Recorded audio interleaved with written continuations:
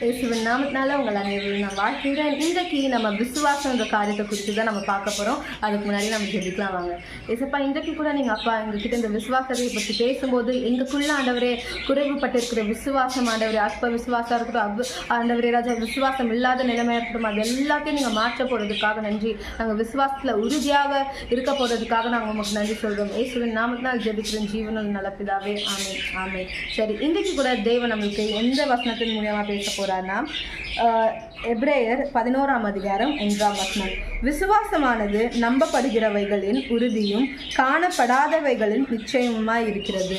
Now faith is the substance of things hoped for, the evidence of things not seen. ஓகேவா?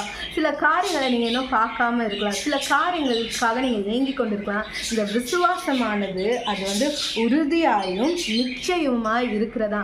நிச்சயமாகவே உங்களுக்கு இந்த அற்புதத்தை பெற்றுக்கொள்வீங்கன்றதுக்கான அடையாளம் எதுவாக இருக்கும்? கர்த்தர் மேலே இருக்கிற விசுவாசமாக இருக்கும். அந்த விசுவாசம் உங்களை கர்த்தருக்குள்ள உறுதிப்படுத்தும். ஸோ இன்றைக்கு நீங்கள் ஏதோ ஒரு காரியத்தை குறித்து கலங்கி கொண்டு இருக்கீங்களா? இன்னும் என் கண்கள் காணலையே, இன்னும் என் காதுகள் கேட்கலையே, இன்னும் நான் அதை உணரலையேன்னு விசுவாசத்தினால இந்த காரியத்தில் நீங்கள் புஷ் பண்ணிக்கிட்டே இருங்க. விசுவாசத்தில் ஒரு அடி எடுத்து வைத்துட்டே இருங்க.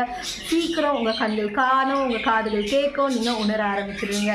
கர்த்தர் பொய் சொல்றவர் கிடையாது. அவர் சொன்னதை செய்து முடிக்கிற தேவன்.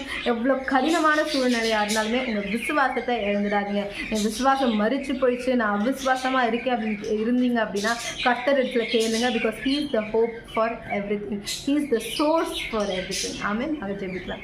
அப்பா, இன்றைக்கும் நீங்கள் இந்த வார்த்தையின் மூலியமாக எங்களோடு இடைப்பட்டதற்காக நன்றி. அப்பா, நாங்கள் விசுவாசத்தில் உறுதியாக இருக்கிறவர்களாக இருக்க எங்களுக்கு நீங்கள் கிருபை தாங்க. இயேசுவின் நாமத்தினால் ஜெபிக்கிறேன். ஆமென் ஆமென். God bless you. Have a blessed day.